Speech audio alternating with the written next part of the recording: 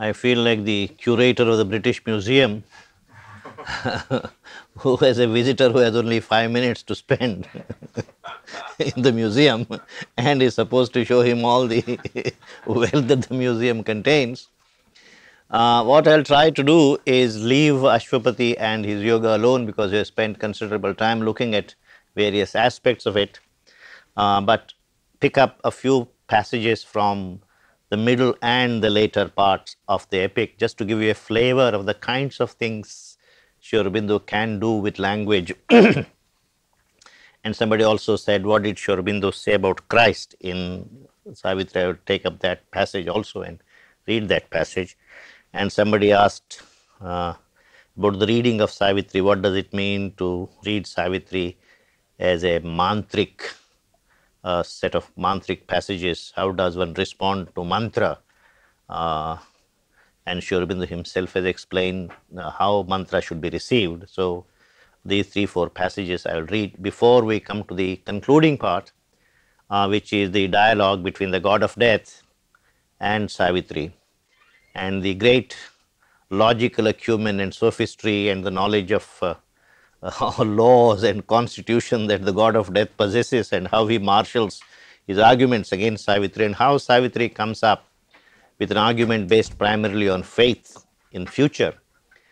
Just a sample of that, because the arguments to and fro, you have about 4 books of the whole thing. So, we can't read by any means even one sample from each one of these cantos or books, but I will take up 1 or 2 of these just to give you a flavor of the nature of poetry here, because this is in one sense philosophy, but when Sri Aurobindo deals with philosophy in Savitri, he doesn't deal with it in the way he does when he writes Life Divine.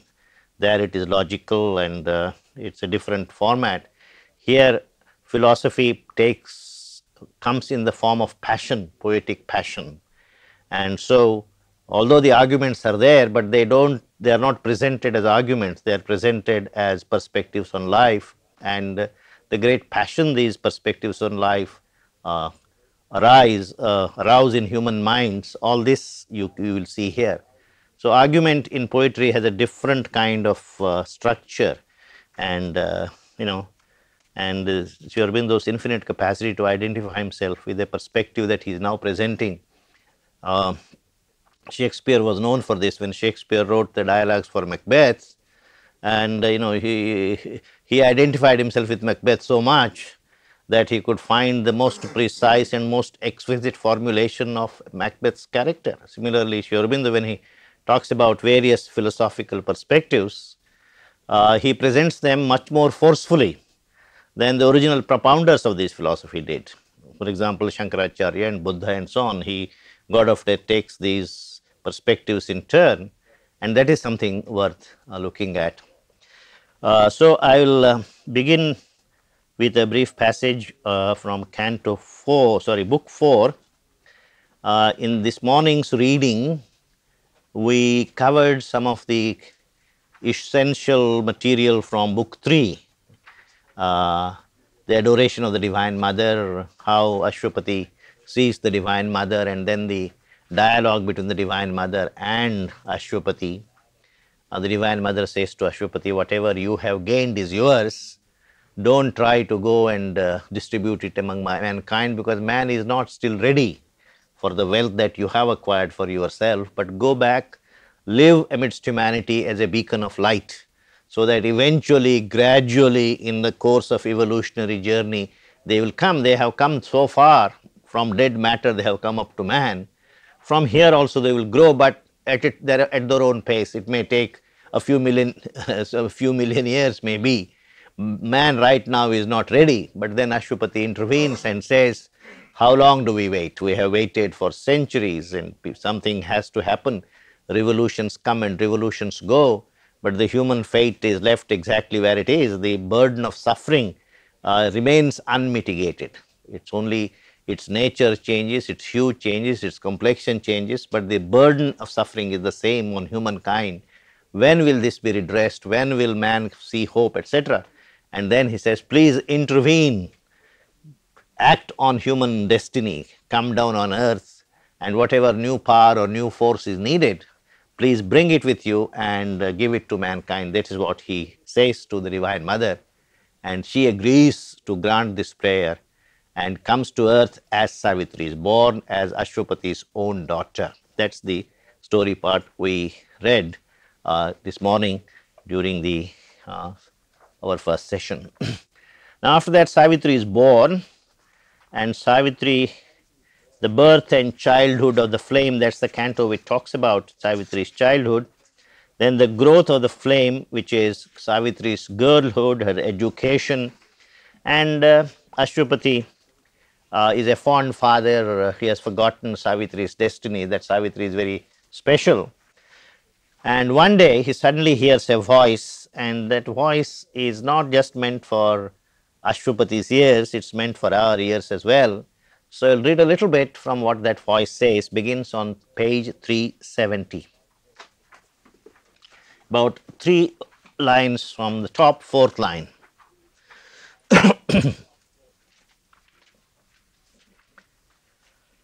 Got it? O force compelled, fate driven, earth born race, O petty adventurers in an infinite world, and prisoners of a dwarf humanity, how long will you tread the circling tracks of mind around your little self and petty things? But not for a changeless littleness were you meant, not for vain repetition were you built. Out of the immortal substance you were made, your actions can be swift revealing steps, your life a changeful mold for growing gods. A seer, a strong creator is within. The immaculate grandeur broods upon your days. Almighty powers are shut in nature's cells. A greater destiny waits you in your front. This transient earthly being, if he wills, can fit his acts to a transcendent scheme. He who now stares at the world with ignorant eyes, hardly from the inconscient's night aroused, that look at images and not at truth, can fill those orbs with an immortal sight. Yet shall the Godhead grow within your hearts. You shall awake into the Spirit's air and feel the breaking walls of mortal mind, and hear the message which left life's heart dumb, and look through nature with sun-gazing lids, and blow your conch shells at the eternal's gate. Authors of earth's high change, to you it is given to cross the dangerous spaces of the soul, and touch the mighty mother stark awake, and meet the omnipotent in this house of flesh, and make of life the million-bodied one. The earth you tread is a border screened from heaven. The life you lead conceals the light you are. It's a beautiful sentence. The life you lead conceals the light you are. This is a kind of voice that Ashwapati hears. I don't want to continue because there's so much else that I want to do, but a little more of that passage I'll pick up from page 371, about 9-10 lines from the bottom. The great illusion wraps him in its veils, talking about humanity, human being. The soul's deep intimations come in vain. In vain is the unending line of seers. The sages ponder in unsubstantial light. The poets lend their voice to outward dreams. A homeless fire inspires the prophet tongues. Heaven's flaming lights descend and back return. The luminous eye approaches and retires. Eternity speaks. None understands its word. Fate is unwilling, and the abyss denies. The inconscient's mindless waters block all done. Only a little lifted is mind's screen. The wise who know see but one half of truth. The strong climb hardly to a low-peaked height. The hearts that yearn are given 1 hour to love. His tale half told, falters the secret bard. The gods are still too few in mortal forms. This is what Ashwapati hears, and suddenly he realizes that it is Savitri's destiny to be a link to this great future and not just lead an ordinary human life. She has this destiny, etc. And then she talks to her and persuades her to go out and look for her life's companion.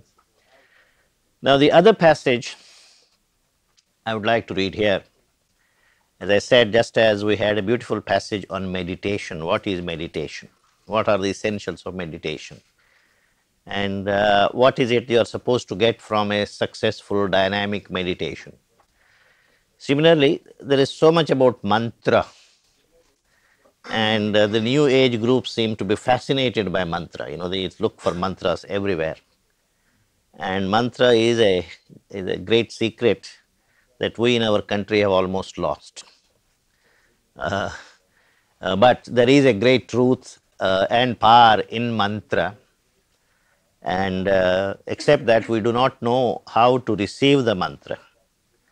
Like great poetry, mantra is something that is received by the soul, not by the mind. And if the mind tries to understand mantra, no matter how many commentaries you read, I have seen huge commentaries on the Gayatri mantra. Gayatri mantra is hardly takes less than half a minute to recite, but there are volumes and tomes explaining the significance of Gayatri. But I haven't understood anything by reading those tomes. Mantra is something which eventually has to be received from within yourself. Mantra is something which has a great effect on even the structure of the cells of your body. It kind of reformulates your being. And in Mother's Own Yoga, in Sri Aurobindo's Own Yoga, there was no great emphasis on mantra until the mother took the task of the physical transformation of the cells very seriously. And in that effort, she realized that mantra had a very great power. Mantra constantly repeated is taken up by your inner being. And this inner taking up of the mantra eventually affects, transforms the structure of your physical cells. So mantra is something very deep, and how it is to be taken. We normally take it with the mind. And you know, there are people in India, you will see, oh, in my life I have written a mantra, any kind of mantra like Sri Ram, Jai Ram, Jai Jai Ram, or Hare Krishna, whatever. I have written it 1,000,000 times and 5,000,000 times and 10,000,000 times. They have filled books and books and books and books, and they're exactly where they were when they started, because they haven't received the mantra in the way that it has to be received. And how that is to be received is what this passage talks about. This is on page 375.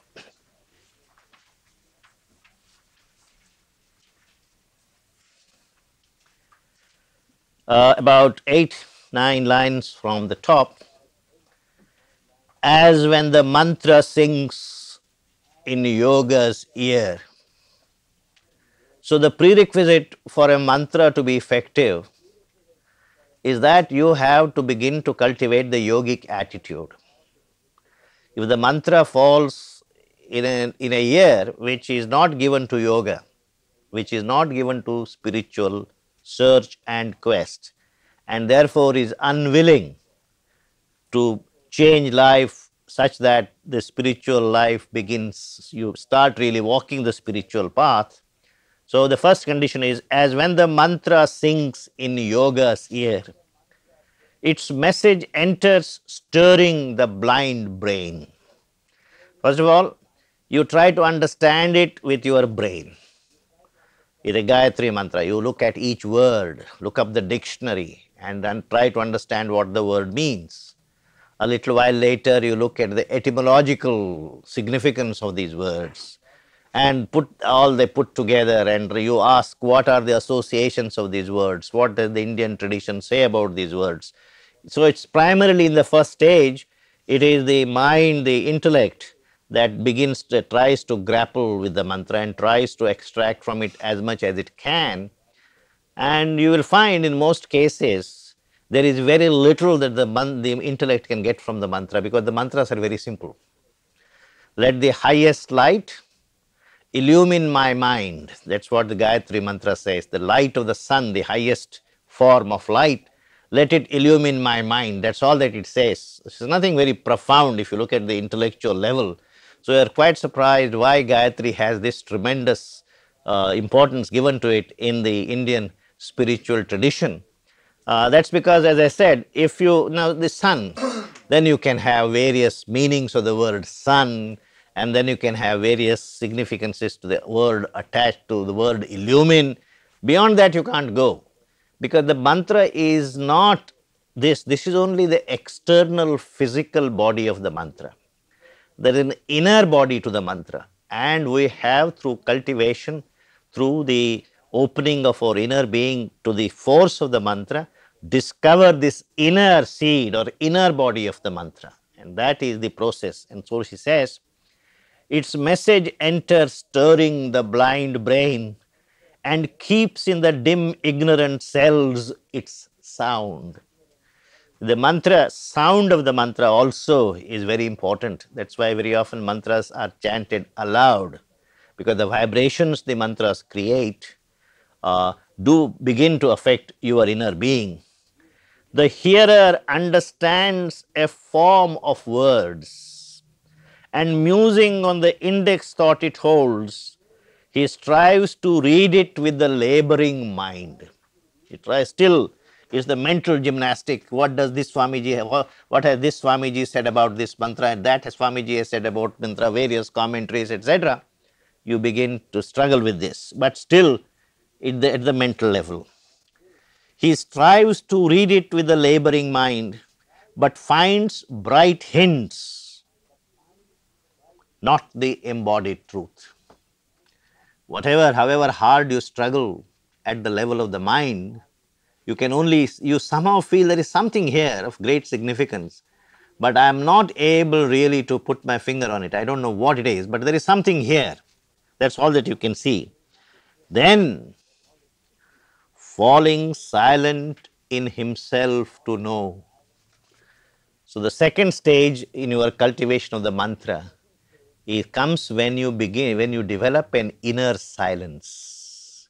Receive the mantra in the absolute hushed state of the mind, and then let the mantra go within. Then, falling silent in himself to know, he meets the deeper listening of the soul.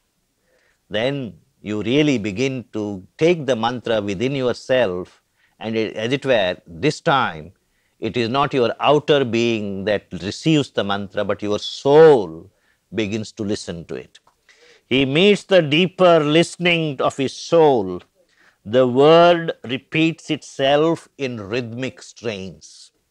And once this mantra has been cultivated long enough, even when you get up at night briefly for 2 minutes, you will be quite surprised that the mantra starts chanting by itself. It's not because your outer being is aware of it, but the inner being, even when you are asleep, was busy with this mantra.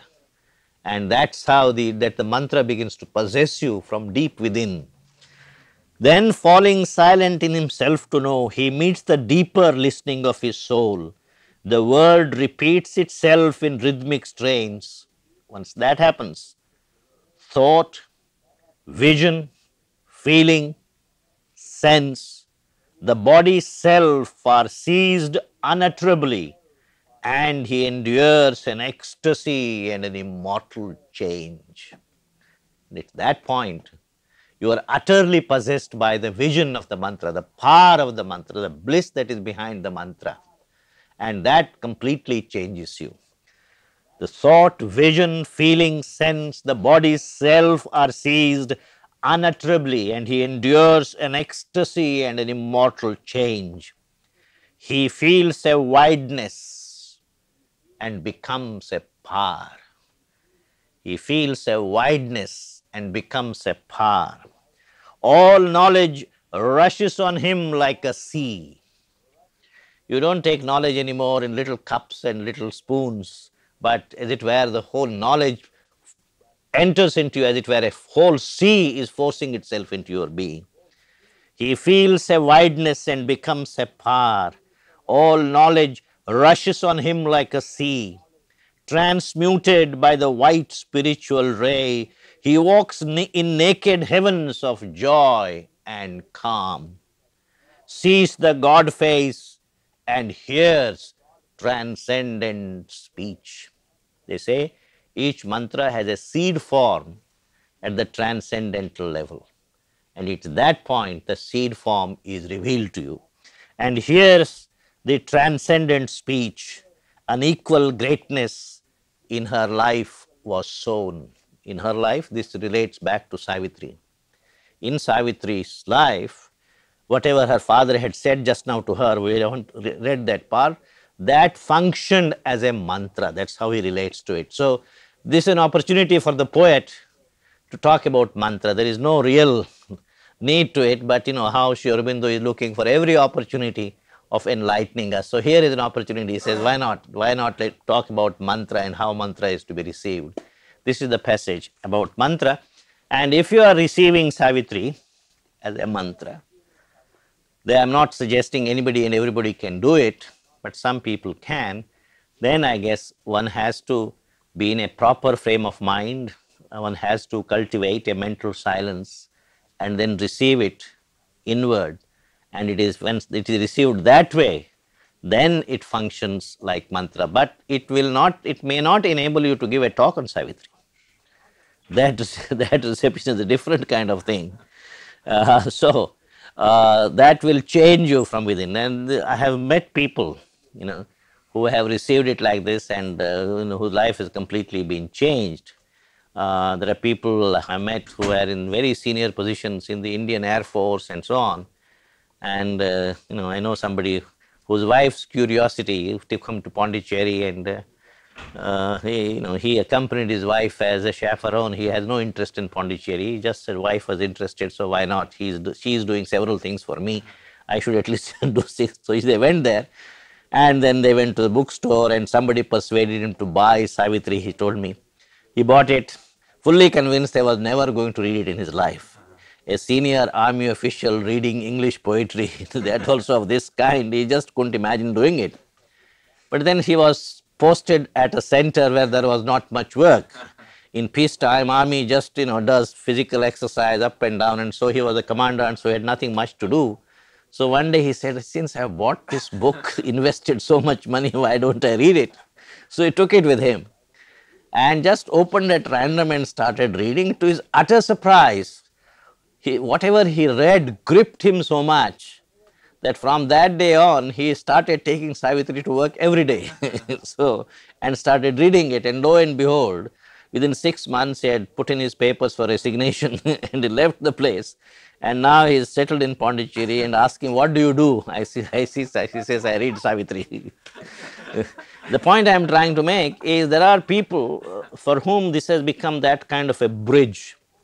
The golden bridge that we talked about, it has that kind of a thing, but it's not very easy. I don't want to give you an impression that everybody and anybody can have that kind of a opening to Savitri. But when we talk about mantra and cultivating a mantra, it is this kind of an inner engagement with the mantra rather than the external engagement. How many times you read or how many times you write, in all spiritual matters, it is the engagement of your consciousness that really counts. And and it is this thing that very often we miss out. I'll tell you a very small little story about this, which will bring out this point very clearly. And this story, of course, makes much more sense to an Indian audience than to an American audience, but still I will try, because the point is important.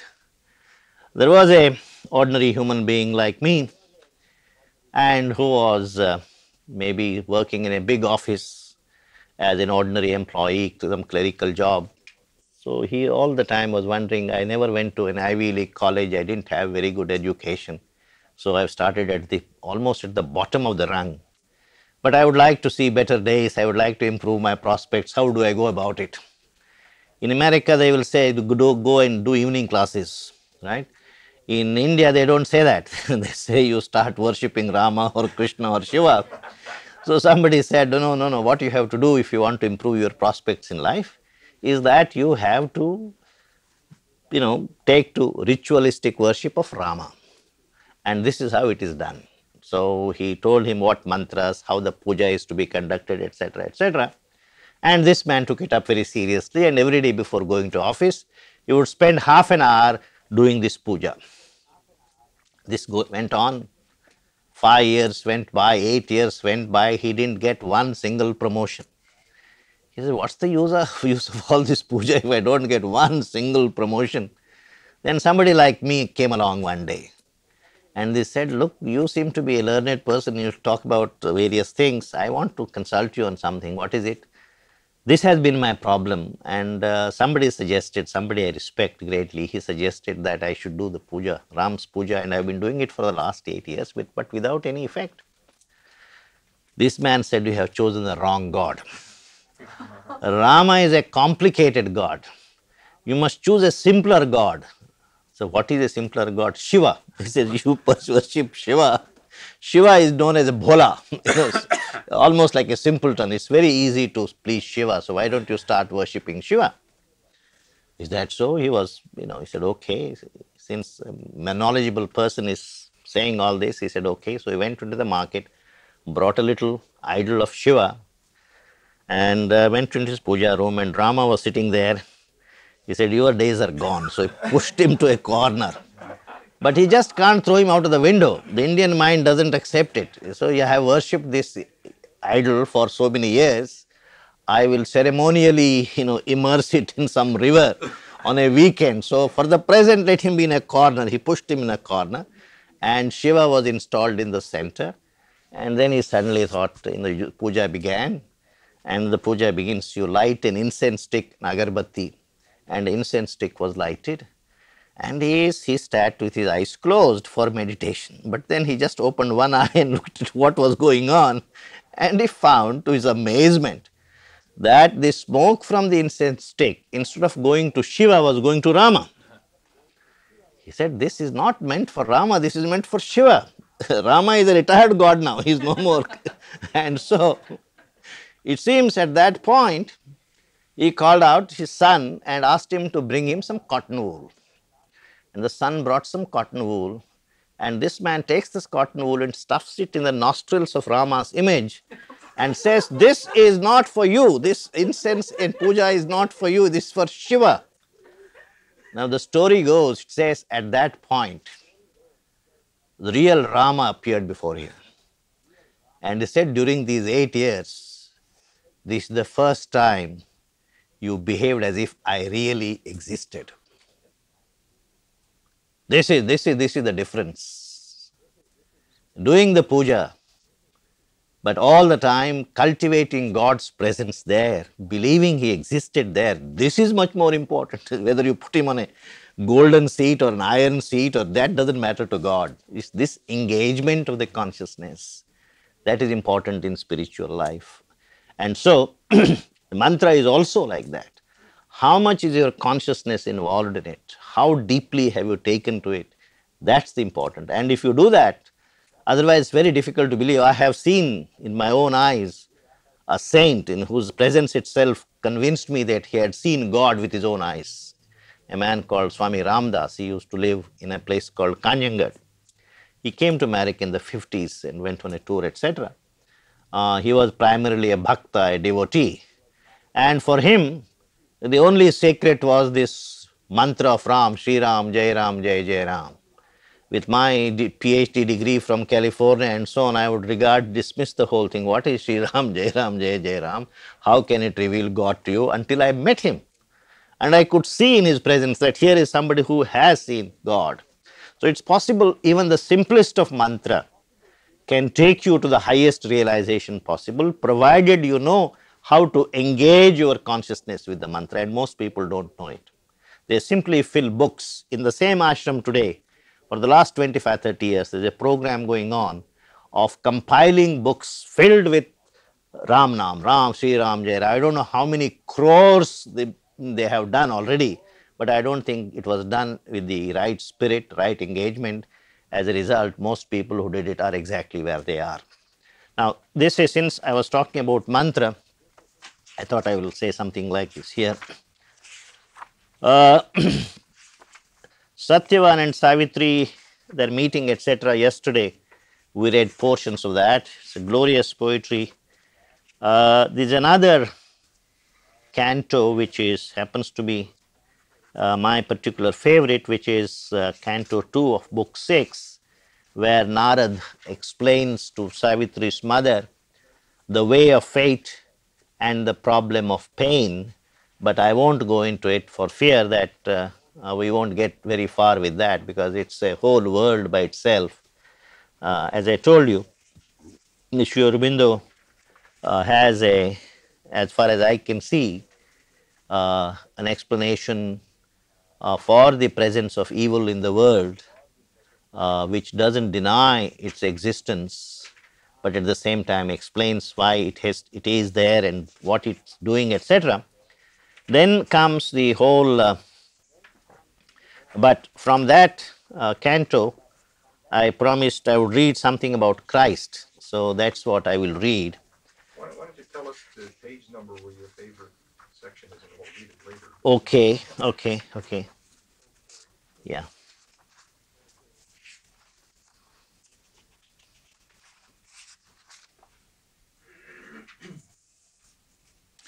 I'll just, the question itself is framed in a way by Savitri's mother, which make immense sense to people like you and me. This is on page 437, last 3 lines.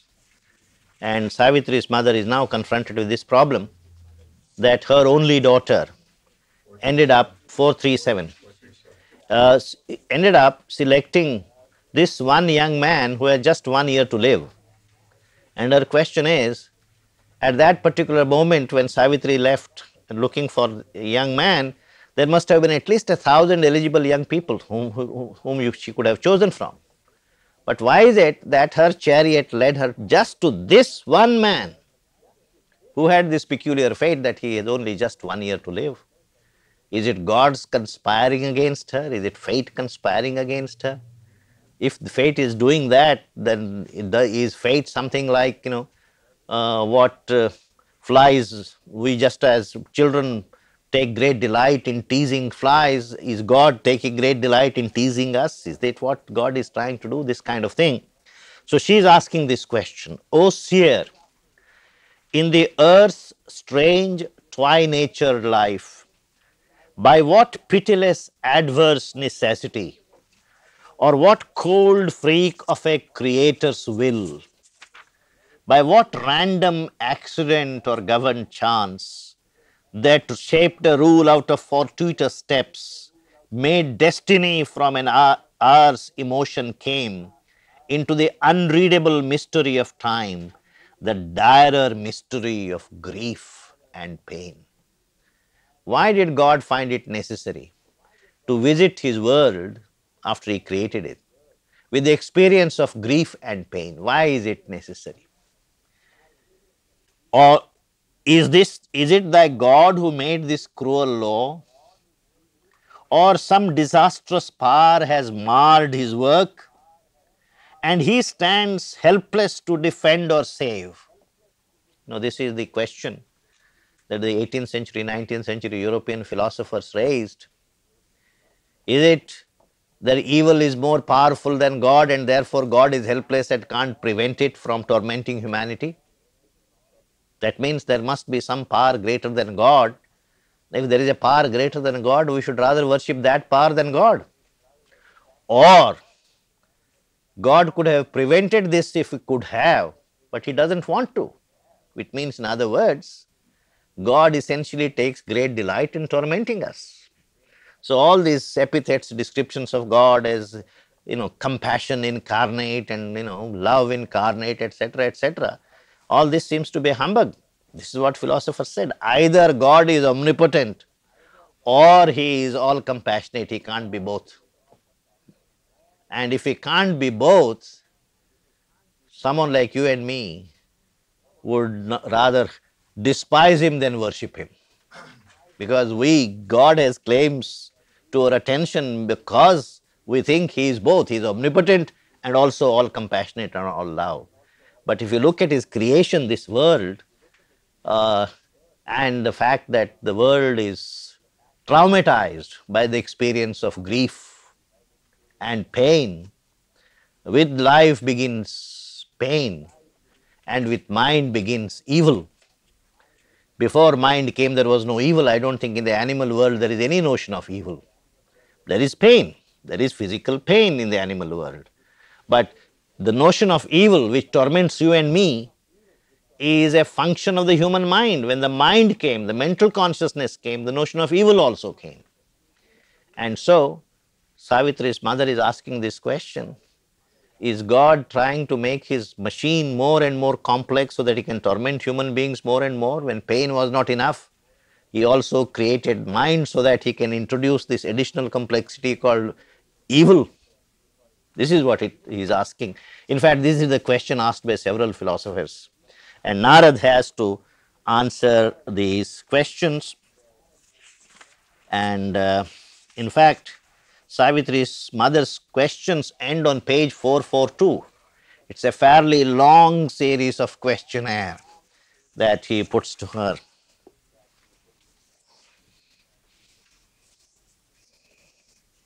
Again on page 441, it's very beautifully put. Middle of page 441, as a part of his question to Narad, he says, all is an episode in a meaningless tale. If you really look at human life, it looks like an episode in a meaningless tale. What is the meaning of human life? If all the promise of idealism and hopefulness, etc., in many people you find, it all just crumbles into ashes, nothing is gained. What is the purpose of this all? All is an episode in a meaningless tale. Gandhiji hoped in his own life to see amity and friendliness and neighborliness, etc. What did he get? He got the Hindus and Muslims killing each other as a bloodbath, rivers of blood. Is this the reward that he deserved for all the tapasya he did? And it's not as if it's not enough. A little later, Hindus and Sikhs began to fight. I mean, the Sikhs were an offshoot of Hinduism. They were supposed to be the armed wing of Hinduism. But misunderstandings can develop, and people who have lived as one people can jump at each other. I mean, is God taking delight in all these things? What is happening? This is his question. All is an episode in a meaningless tale. Why is it all, and wherefore are we here? If to some being of eternal bliss it is our spirit's destiny to return. Some people say, no, don't worry about this world. Ultimately, you will all wake up in the eternal kingdom of God where everything will be fine. There won't be taxes to be paid. There won't be inequality. There won't be torture. There won't be cancer. There won't be tuberculosis. Everything will be fine. Now, if that is our destiny, he says, if to some being of eternal bliss it is our spirit's destiny to return, or some still impersonal height of endless calm, since that we are and out of that we came, whence rose the strange and sterile interlude lasting in vain through interminable time? Then why is this world? Why are we sent here? What is the meaning of this worldly experience? The Hindu scriptures all say we come from God and ultimately we return to God. All right. If we come from God and we return to God, then this interim, this period that we spend on earth, what is its significance? Why did we come here? This is the question she is asking. Who will to form or feign a universe in the cold and endless emptiness of space? Or if these things must be and their brief lives, what need had the soul of ignorance and tears? Why is the soul being hauled over the burning embers of ignorance and pain? What does it gain by thereby? Whence rose the call for sorrow and pay or pay for pain, or all came helplessly without a cause? The beautiful way he develops the whole thing, and Narad is almost speechless at the vehemence and the logic of the questions that Savitri's mother puts to him. And here also you will see when Sri Aurobindo presents a particular character, he does full justice to that character. He kind of identify himself with Savitri's mother so much that nobody could have challenged God as Sri Aurobindo himself challenges God and asks him, stand up and deliver, as it were. This is what he says. And then comes after 442 until the end of that canto, a long reply that Narad gives. Of course, it is not a, as I said, philosophical disquisition. It's a poetic way of meeting these questions, and there are some beautiful lines. I won't take any time trying to explain them. I'll just read them out. Like, pain is the hammer of the gods to break a dead resistance in the mortal's heart. His slow inertia as of living stone. If the heart were not forced to want and weep, his soul would have lain down content at ease and never thought to exceed the human start and never learned to climb toward the sun. This is not his reply, but this is one strand of the reply, and it goes on and on. And then he says, like, pain is the hand of nature, sculpturing men to greatness. An inspired labor chisels the heavenly cruelty, an unwilling mold. Now, this brings us to the whole notion of avatar, and this is where Christ figures in this description that Narad gives. You see, the notion of avatar, the incarnation, is also found in the West, Christ, Son of God. But the notion of avatar is much more deeply ingrained in the Indian tradition. And we believe that God doesn't come just once, God comes again and again and again. So, God came down to earth at least 10 times. Now, 10 times doesn't mean 10, simply means several times. That's all it means. There are certain traditions like the Bhagavad, the Mahabhagavad Puran, where they say God came down 24 times. So, I don't think 10 is the upper limit. It only means that God is so much in love with this world, he has made a mess of it. Naturally, he has to be worried about it and he has to come down again and again and again to do something about it. But this is not the point I want to make. The point I want to make is that in India, the popular notion of an avatar is all one-sided. And that is why God men and the miracle men have their tremendous hold on the Indian masses. We all remember avatars for the miracles they performed. Like, if you look at the most favorite avatar of every Indian is Krishna.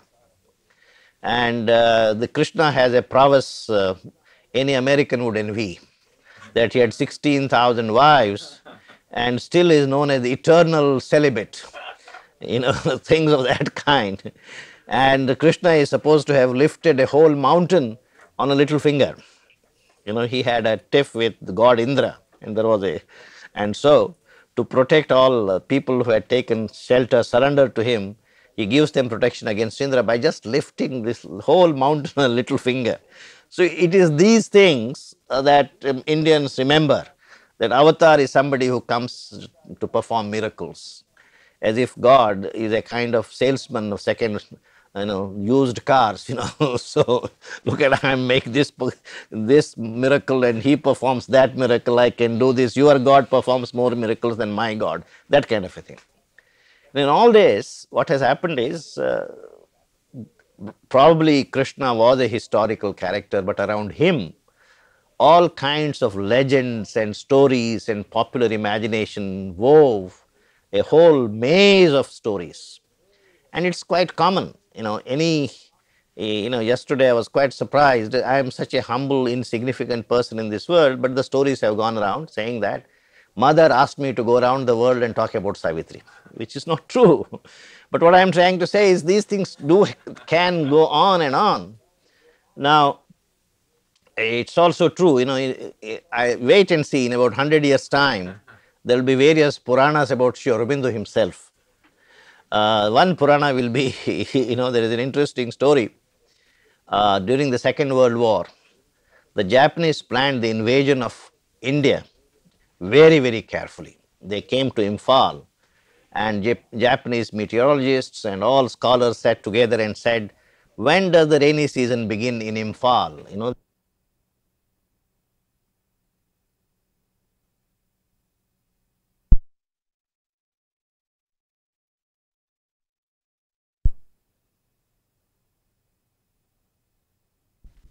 So they planned the attack. The first attack was made around 15th of March. So they took 3 months for themselves. And the devotees of Sri Aurobindo, we know that Sri Aurobindo was totally against all this. And what prevented the Japanese from overrunning is very heavy downpour, unseasonal rains which started in March itself. And the entire Japanese army got bogged down. It couldn't do a thing. So if I were a poet with imagination, I would say Sri Aurobindo sent Varunastra. Varunastra is clouds in the form of missiles. So the cloud missiles were sent against the Japanese by Sri Aurobindo, and the entire army got bogged down under rain, etc., etc. What I am trying to say is, it is this legend building, miracle building. This goes on. This is very natural to the human mind, and the human mind also takes a great truth and institutionalizes, builds a beautiful church, and then there are visiting scholars invited to lecture, etc., etc. So the spirit deserts the church and goes away where all other things go on. This is very natural. And wherever, there are places in India right now where Sri Aurobindo has become a minor or a major god. This is something which has to be prevented. But this happens. This is what we do out of it. Anyway, so avatar is basically, for an Indian mind, these miracles. But if you really look, the Western mind has a slightly different notion of avatars, because for you the only avatar was Christ. And for you, the reality of Christ's life is the crucifixion and all the suffering and the pain he underwent. And Sri Aurobindo has also emphasized that even in Indian avatars, if you really look at their lives, Rama is supposed to be a great avatar. But nobody asks what Rama's personal life was all about. And if you really study Rama's personal life, you will find it was a life full of tension and pain and suffering, because Rama's main work was to withhold moral ideals. He represented a moral ideal, like how to be an ideal son, how to be an ideal elder brother, how to be an ideal husband, how to be an ideal ruler. And in trying to give examples of this, his personal life became very tragic. When he was about to be crowned an heir apparent at the age of 16, something happened to him and he was banished, and he had to spend 12 years in a forest. Just imagine, somebody is about to be crowned as the heir apparent, and he gladly accepted this because this was a promise his father had given to one of his wives, and when she wanted the promise to be fulfilled, and the price was that her son should be crowned as heir apparent and Rama should be sent to the forest. And Rama's father said, this is nonsense, I don't even recognize this. But Rama said, no, I won't let you be untrue to your promise, I will accept this. And he went for 12 hours into the forest. And 12 years in the forest was not nice, a honeymoon period of time for him. His wife was kidnapped by the great Asura called Ravan. And poor chap, he went with his wife and became wifeless. He was he just wandered all over looking for his wife, and finally fought a terrible, terrible war against this Ravan and killed him and brought her back. And now at least he thought his life would be very, happy and so on. Then suddenly something happened, I won't go into the details, and again he had to banish his married wife when she was pregnant. in order to give people the example of how to be an ideal king. An ideal king should have no notion of personal happiness. He lives for the people, and whatever is good for the people, he does all the time. What I am trying to say is the Indian mind is totally impervious to all these things. They only remember, his great prowess and how he killed various demons, etc., etc. But his own personal life, in order to give an example to humanity, how to live an ideal moral life, this we forget. And the same thing is true of Krishna. If you really look at Krishna's life, it is a life full of tension and suffering, because he wanted to establish a new ideal. He wanted to take human consciousness to another level, and this aspect we have forgotten. And Sri Aurobindo emphasizes that, and in that he talks about the avatar. He says suffering is not just a part of your life and my life. Even when God comes down to earth, he has to pay the price through his suffering. Suffering is so universal, and it in fact, when suffering becomes too much for man to undergo, God comes down and takes our suffering on himself and lightens our burden. That's the notion of an avatar that Sri Aurobindo talks about in his essays on the Gita. It's a very profound notion. We won't go into it. I think this background is enough for us to read this passage. This is on page 444. The very last line on page 44. He who would save himself lives bare and calm. He who would save the race must share its pain.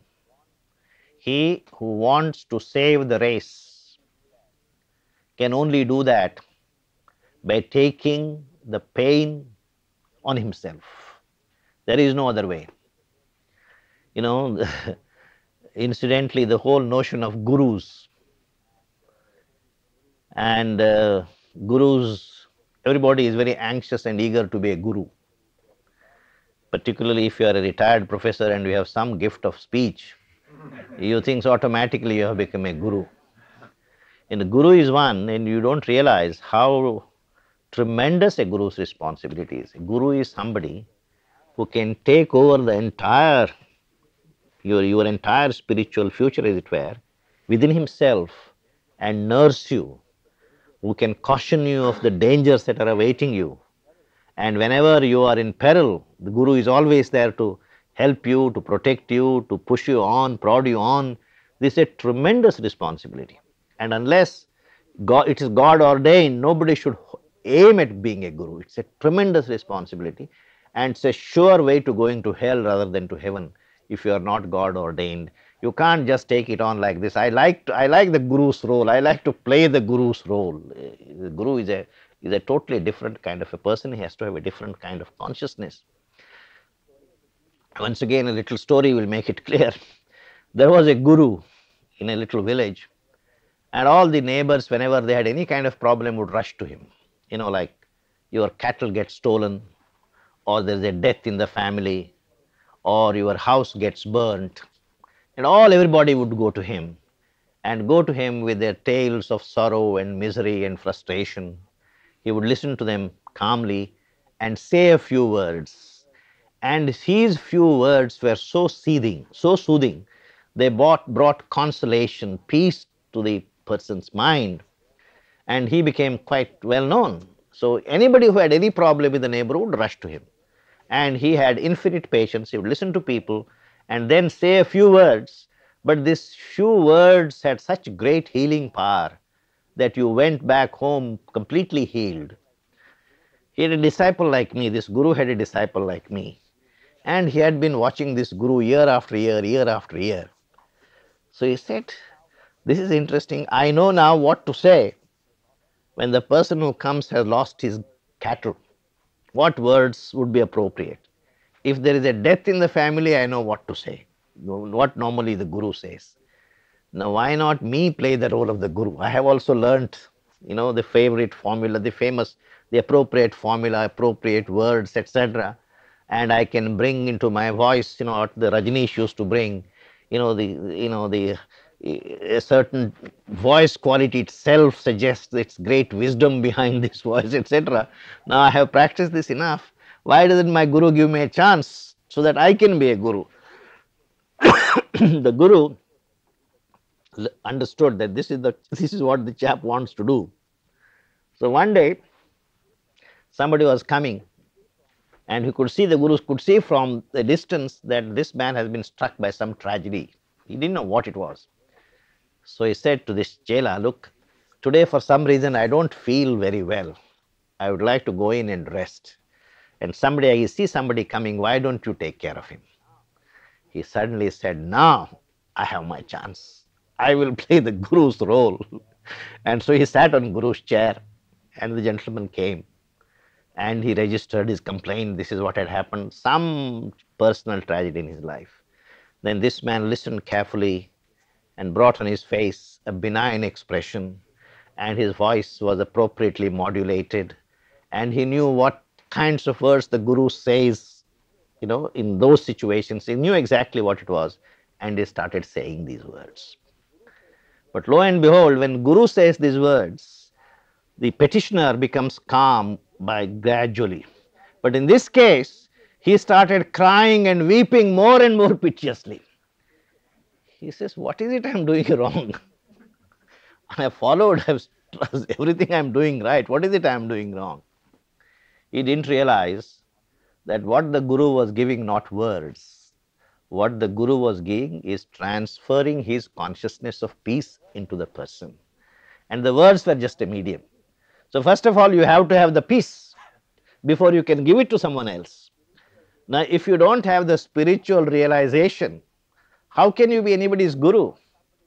So a guru is not somebody who has read all the Upanishads and the Gita and the Vedas and the scriptures of Christianity and Islam and Judaism. But a guru is one who has found the source of all this energy, and therefore can pass it on even without using words. And this is quite possible. There was a great Indian, not an Indian, he's a British yogi, which is a rare thing. We have come across American yogis, but British yogis, British are so pragmatic. Yoga and the British somehow don't go together. But there was a great British yogi called Krishna Prem. He was Bertrand Russell's student, etc. Bertrand Russell wanted him to continue and go on to get into teaching at Oxford, but for some reason from his early days, he had this call of the infinite, and he responded to it. And as a young man, he went to India, and he became a very great yogi called Krishna Prem. And he built an ashram up in the north, and he was a great admirer of Sri Aurobindo.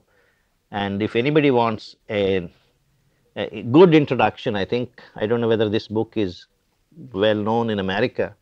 Dilip Kumar Roy has a book called Sri Aurobindo Came to Me. I think it's a wonderful book. Particularly, Dilip Kumar Roy had a wide exposure to West and its concepts, etc. So he would ask Sri Aurobindo the typical questions a Western mind would ask, which would not questions about faith and doubt and so on and so forth. And Krishna Prem and had a great appreciation. One day, Krishna Prem went to Ramanashram. Ramanashram is Raman Maharshi I talked about the other day. Raman Maharshi never gave any discourses, he never wrote any books. But everybody who went to him with any questions, etc., found that questions simply evaporated in his presence. Either they got them all answered, or they found the questions were insignificant. Now, Krishna Prem went there. Krishna Prem himself was a fairly advanced yogi. Now, because he was so sensitive, in Raman Maharshi's entire spiritual approach, it is called the Jnana Marga, the way of knowledge. The fundamental question raised is, who am I? Who am I? Who am I? And he went there and sat, in front of Raman Maharshi. Raman Maharshi was sitting there on a slightly raised dais. And as soon as he sat there and closed it, there was no question of engaging Raman Maharshi in a conversation or a dialogue. He won't speak to anybody. He will just be quiet. So he sat there and he closed his eyes. And as he closed his eyes, he found being bombarded by thought waves which said, "Who am I? Who am I? Who am I?" He found that, being a bhakta, he was a devotee. Being a devotee, he found this impossible to bear. Who am I? Who am I? Who am I? This happened to him because he was so sensitive. With great mental effort, he said, "I am going to repel these questions." He said, he formulated another question: "Who are you? Who are you? Who are you?" That's the question he shot at. It was asking Raman Maharshi, "Who are you?" And he says, "I formulated this question, and with all my will behind this, I threw this question back at Raman Maharshi. He was sitting there in front of me. I had sitting there with my eyes closed. And when this question was formulated and the question was thrown at Raman Maharshi, expecting a reply, I opened my eyes, and Raman Maharshi wasn't there at all. It just disappeared. In other words, he was getting an answer to the question, "Who am I? Who are you?" And the answer was, "I am the formless infinite." And he says, has he gone somewhere? He said, "I kept staring at that place, and lo and behold, slowly after 2-3 minutes, he was there." The point I am trying to make is that how did Raman Maharshi know what question this man had, and how this question was formulated, how this question was thrown at him, and how the answer was given? What I am trying to say is the spiritual truth is a truth of this kind, and unless you really have it genuinely, one shouldn't pretend. And the great bane of all guruhood is this pretension that, I can save people. Who you haven't saved yourself, how can you save other people? And so this great temptation of being a guru is something I always fail to understand. And so guru is that, and then comes the avatar. Avatar is, of course, as I said, there are two aspects to the avatar. One is the popular notion as a miracle maker, and the other notion that Sri Aurobindo emphasizes, avatar comes here to take on himself the suffering of humanity, which needed to be expatiated, which lived through, and he does it.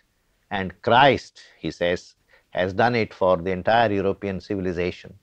And in his many, many books, he says, modern Western liberal humanism has its fountainhead in Christ, and people don't realize it. Democracy begins with Christ. He might not have talked about it as a political doctrine, but we are all equal, or the question of we have to love everybody else. This is the basis of democracy, and not any kind of social contract that Rousseau talked about. And I don't think there was any such kind of social contract. The point is, democracy is primarily a spiritual way of life. And Sri Aurobindo always used to say, "I am all for democracy, I am all for socialism." But the way these things are practiced in the West, I am afraid they will not succeed. They will always be making compromises one after the other, because they don't realize that primarily they are spiritual things. Equality, oneness, fraternity, liberty, the slogans of the French Revolution, are properties of the human soul.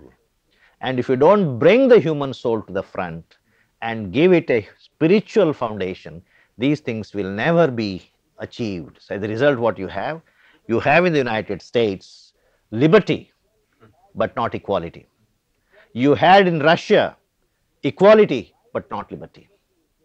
Now, why is it where liberty exists, equality doesn't exist, and equality exists, liberty doesn't exist? Because for liberty and equality to coexist, you need a third principle called fraternity, which is that we are all children of the same father. Now, which social contract, which Harvard professor will accept this? That we are all sons of the same father. This is basically a spiritual thing, and that's what Sri Aurobindo has been talking about. He has great admiration for all the Western liberal humanist thinking, but he is afraid that these will not be, we will not be able to realize them, because we are not still aware of the fact that basically the source of it is all man's spiritual life. They are all qualities of the human soul. And again, about communism, he has wonderful things to say. He says, communism is to capitalism what civilization is to barbarism. So, he is all admiration for communism, but at the same time he says, the way the West is trying to implement communism will end in a disaster. And you will see, he said that in 1917, when the Russian Revolution was just establishing itself, he had predicted no matter what fascination Western intellectuals have for communism, it is going to be a disaster. After all, what can be more spiritual than saying that each contributes according to his capacity and receives according to his need? But for if that ideal has to work, it has to be based on a spiritual foundation. That's in fact the ideal we are practicing in Sri Aurobindo Ashram to the extent we can. And so, unless the spiritual ideal is recognized and we try to bring it down, make it a part of education, etc., I don't think democracy and communism and socialism and any of these things is going to work. And also the idea of world unity, man is one everywhere, etc. How are we one? I don't really believe you and I are the same. You are different, I am different. You have different qualities, I have different qualities. You may be more useful, I may be less useful. But we are one where? At the level of the soul. That is the greatest oneness. No matter in a manifestation in the body, you may be very capable, you may be able to contribute to the state's exchequer 100 times at what I can contribute. So, we are not equal at that level. Our only equality is the level of the soul. This was Sri Aurobindo's great emphasis. Although he remained all his life a great admirer of Western liberal humanism, he kept warning that this will not succeed in its implementation until the spiritual core is recognized and until it is given a spiritual direction. And in that sense, Christ, he says, is the harbinger of democracy and Western liberal values to Europe. And so, I had a great admiration for him, and this is the passage about Christ. I somehow don't seem to be progressing, going in all kinds of directions. He who would save himself lives bare and calm. He who would save the race must share its pain.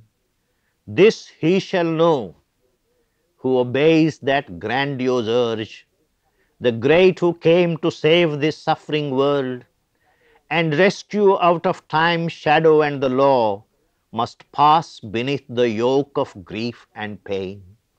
They are caught by the wheel that they had hoped to break. On their shoulders they must bear man's load of fate. Heaven's riches they bring, their sufferings count the price, or they pay the gift of knowledge with their lives. The Son of God, born as the Son of Man, has drunk the bitter cup, owned Godhead's debt, the debt the eternal owes to the fallen kind. His will has bound to death and struggling life that yearns in vain for rest and endless peace.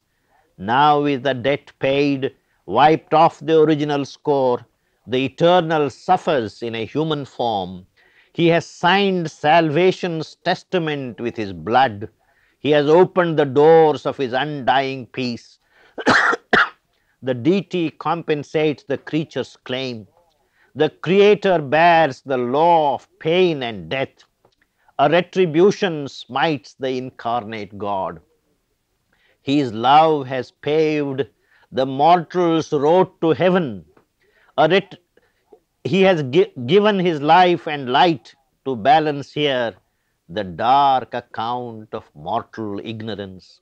It is finished. The dread mysterious sacrifice offered by God's martyred body for the world. Gethsemane and Calvary are his lot. He carries the cross on which man's soul is nailed. His escort is the curses of the crowd. Insult and jeer are his right's acknowledgement. 2 thieves slain with him mock his mighty death. He has trod with bleeding brow the Saviour's way. He who has found his identity with God pays with the body's death, his soul's vast light, his knowledge immortal, triumphs by his death. Hewn, quartered on the scaffold as he falls, his crucified voice proclaims, I am God. Yes, all is God, peals back heaven's deathless call. The seed of Godhead sleeps in mortals' hearts. The flower of Godhead grows in the world tree. All shall discover God in self and things. But when God's messenger comes to help the world and lead the soul of earth to higher things, he too must carry the yoke he came to unloose. He too must bear the pang that he would heal. Exempt and unafflicted by earth's fate, how shall he cure the ills he never felt? This long passage that goes on, I thought I'll just bring it to your notice. You probably may be able to understand and appreciate it much better than I can, but this is something I would present it. I'll take a brief break. You can also take a brief break, then we'll come back for the final section. In some of the readings of this section, what came to mind is Sri Aurobindo's poem, A God's Labor. That's right. That's right. It's a very, yeah, it's a beautiful poem. Yeah. Were both written within a similar time frame? Yes, right. Yeah. Do I have anything here, Julian? Yeah. Okay. Where?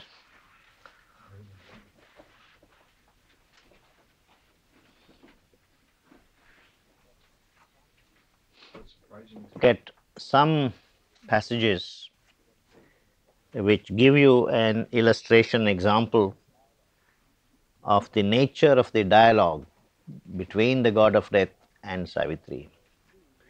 And you will see that the god of death in fact is a god of negation. Death primarily symbolizes negation.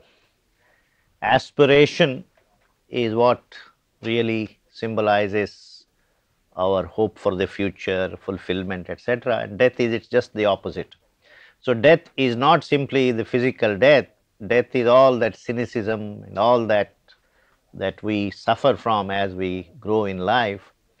And the god of death here represents just that. He doesn't. He tries to convince Savitri that what she is after is unachievable, not worth achieving, etc., and tries to convince her of that, as I said. And he tries to do that very cleverly by taking as his ground various philosophical positions, from idealism to realism to pragmatism to Shankarite Advaita to Buddhist philosophy, and says according to all of these philosophies, what you want to achieve is not achievable, it's not possible, and it's not worth achieving. Why waste your time? Why don't you go back? And this is the basic trend of the arguments of the god of death. And if the reader is himself a professional philosopher, probably be able to relate it to various philosophies. But I have the tremendous advantage of not being a philosopher, and so I don't waste time trying to relate it, so that I can directly plunge myself into the poetry of it. Now, I'll present a passage here where you can see the great sarcasm that the god of death uses. And Savitri all the time wants fulfillment of love. And he says, what is love? What is it? And he says, let us read that in the words of the god of death himself. But before that, he poo-poos all idealism. Ideals are just the phantoms, some people just pursue because they have lost touch with reality, etc. Page 609, that's where we begin, middle of page 609.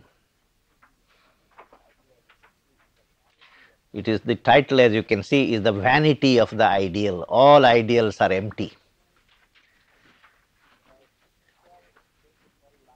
About 12 10 to 12 lines from the bottom of the page, 609. If heavens there are, they are veiled in their own light. If a truth eternal somewhere reigns unknown, it burns in a tremendous void of God. For truth shines far from the falsehoods of the world. How can the heavens come down to unhappy earth, or the eternal lodge in drifting time? It's all very nice to say our aim is to make heaven and earth one and equal.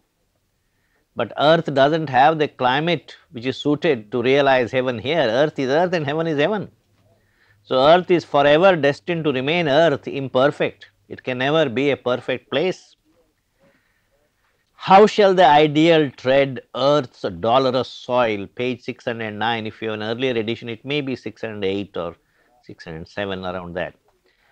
How shall the ideal tread earth's dolorous soil, where life is only a labor and a hope, a child of matter by matter fed, a fire flaming low in nature's grate, a wave that breaks upon a shore in time, a journey's toilsome trudge with death for goal. Everything here ends in death. And then he says, the avatars have lived in vain and died in vain. Great avatars have come. Christ came, Muhammad came, Mahatma Gandhi came, all these good people who wanted to good to the world came and died in vain, leaving mankind exactly where it always has been. Whatever they have added has been so thin a layer of culture and civilization. And whenever there is a real challenge, and as I said, an earthquake that shakes you from the roots of your being, as it were, the animal in you is the first to leap out, and you show yourself as an animal. So what have these avatars achieved? They have achieved very little. The avatars have lived and died in vain, he says. This is the god of death saying. Vain was the sage's thought, the prophet's voice. In vain is seen the shining upward way. Earth lies unchanged beneath the circling sun. She loves her fall. We are where we are because we love our fall. She loves her fall, and no omnipotence or mortal imperfections can erase. Force on man's crooked ignorance, heaven's straight line, or colonize a world of death with gods. You are trying to do the impossible, O Savitri, just give up. Or traveler in the chariot of the sun, high priestess in the holy fancy shrine, who with a magic ritual in earth's house worshippest the ideal and eternal love. You are all the time talking love, love, love. Love has to be realized on earth, etc. Do you know what love is? What is this love that thought has deified? This sacred legend and immortal myth. It's a conscious yearning of the flesh. Love is no more than a certain tinkling of the flesh.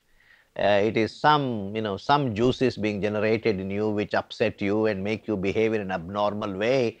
That's all that love is. When you are hungry, before you feel hungry, certain kinds of juices are secreted in your stomach, and when you feel you are in love, etc., it's simply a chemical reaction somewhere in your body, and you take it very seriously and worship it and love and perfection, etc. What is this? Why don't you see this is simply a chemical change with the coming of onset of puberty and age, etc. Certain changes take place, they take place in animals, they take place in human beings. What is the whole idea of making a big thing out of it? So he says, it's a conscious yearning of thy flesh, it's a glorious burning of thy nerves. Certain kinds of burnings give you pain, and certain other kinds of burnings make you feel you are in love. That's all. It is just the quality is different. A rose of dream splendor petling thy mind, or great red rapture and torture of thy heart, a sudden transfiguration of thy days is suddenly, if you are in love, the sudden transfiguration of the days. You know, the trees look beautiful and wonderful, the sky is all blue, and And the ocean is wonderful everywhere. The breeze has a message for you. The sun has a message for you. You are transformed. That is simply because of a chemical reaction in your body.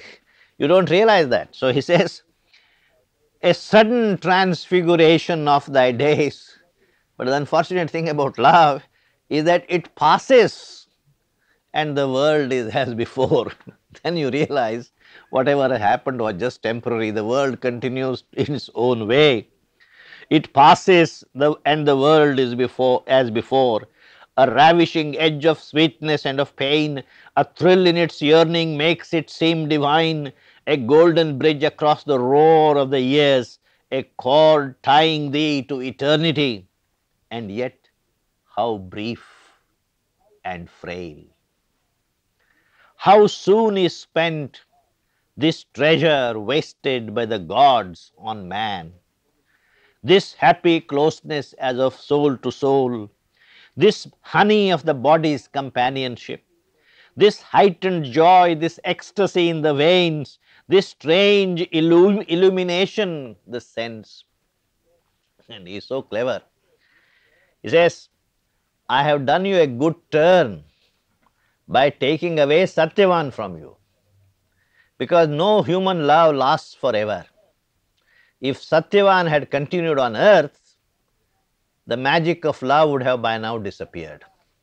And he says, if Satyavan had lived, love would have died. Now that he is not there, you can forever nurse the illusion of love. If Satyavan had lived, love would have died. But Satyavan is dead, and love shall live. English is a very interesting language. Love shall live. If you say love shall live, it means one thing, but it's not the end of the sentence. But love shall live a little while in thy sad breast, until his face and body fade on memory's wall, where other bodies, other faces come. Then a little cameo, little picture of what happens when human beings fall in love. He says, when love breaks suddenly into the life, at first man steps into a world of the sun. When you first fall in love, you don't seem to be walking on earth anymore. You are at least 6 inches above the earth. You are floating. At first man steps into a world of the sun. In his passion he feels his heavenly element, but only a fine sunlit patch of earth, the marvelous aspect took of heaven's outburst. The snake is there, and the worm in the heart of the rose. A word, a moment's act can slay the god. Love can get slain by something you didn't really mean. Just a word at the wrong time, at the wrong place. A word, a moment's act can slay the god. And then he says, precarious is his immortality. The god of love lives a precarious existence. His immortality is precarious. He has 1,000 ways to suffer and die. And then he says, love cannot live by heavenly food alone. Love cannot live by heavenly food alone. Only on sap of earth can it survive. The size of your pay packet also matters. Not the beautiful poetry you recite, not all that. That can, of course, start it, continue it for some time. Then you begin to feel how thick your salary package is, so that it can continue for a little while. It's full of irony. The god of death, says things in a way that if you really read him, you yourself get corrupted. So he says, only on sap of earth can it survive, because, he says, for thy passion was a sensual want refined. You know, animals, dogs, when the season comes, they don't write poetry about it. But we start writing poetry about it and then really believe that it's a great thing. You ask the dog what it is. See, this is what he is trying to say. There is nothing sacred about love. There is nothing great about love. And Savitri has to respond to this kind of a challenge. You can see how difficult his task is. For thy passion was a sensual want refined, a hunger of the body and the heart. Thy want can tire and cease or turn elsewhere. Or love may meet a dire and pitiless end by bitter treason, or wrath with cruel wounds, separate, or thy unsatisfied will to others depart when first love's joy lies stripped and slain. And says, after this first phase of intense love, then what happens? A dull indifference replaces fire. Then you realize this has really been a marriage of convenience. So a dull indifference replaces fire, or an endearing habit imitates love. You still keep calling her honey and darling and so on, but the fire and the honey are all gone. An endearing habit imitates love, an outward and uneasy union lasts, or the routine of a life's compromise. Then you realize this is the best thing is just continue as you are. Where once the seed of oneness had been cast in a semblance of spiritual ground by a divine adventure of heavenly powers, then Sri Aurobindo is unbeatable. He says the two people who are married to each other and forced to live together, he uses a simile. What are they like? They are like two strive, constant associates without joy. Like whom? Two egos straining in a single leash. Replace egos by dogs. You're like two dogs tied to a single leash. One dog wants to pull it in this direction, the other in that direction, and in between you growl and bark at each other, and then when you are tired you keep quiet, once again the whole thing begins. And so he says all the idealistic unions and love that begins on such a high note ends like this. Like what? Two strive, constant associates without joy. Two egos training in a single leash. Two minds divided by their jarring thoughts. Two spirits joined, forever separate. Two spirits disjoined, forever separate. Thus is the ideal falsified in man's world. All begin in a glorious way, but this is how the ideal is falsified. Trivial or somber disillusion comes. Life's harsh reality stares at the soul. Heaven's hour adjourned flees into bodiless time. And then death says, "Oh Savitri, you must be grateful to me, because I have saved you and Satyavan from this disillusionment, because I have taken him away on time. If he had continued on earth, love by this time would have died." That's what he says. Death saves thee and saves Satyavan. He now is safe, delivered from himself. He travels to silence and felicity. Call him not back to the treacheries of earth and the poor petty life of animal man. You want Satyavan's life back? What do you have to offer to him? This petty life of man on earth? Is it something very great?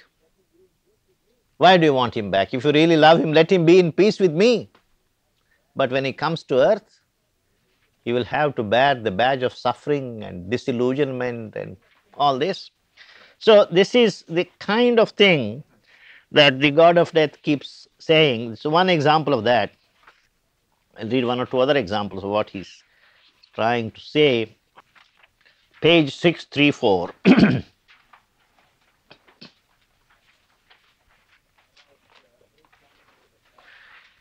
About 8 lines from the top, he says, daub not the web of life with magic hues. You idealistic people, what you do is you all the time keep painting life in glorious hues and glorious colors. The drab thing that human life is, you try to make it attractive. Don't do that, Savitri. Face reality. Daub not the web of life with magic hues.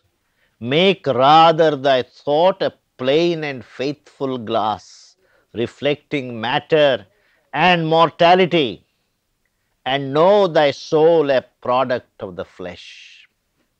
There is nothing really like the soul. No doctor has ever discovered a soul. However much he might have probed into the human heart, he never came across a soul.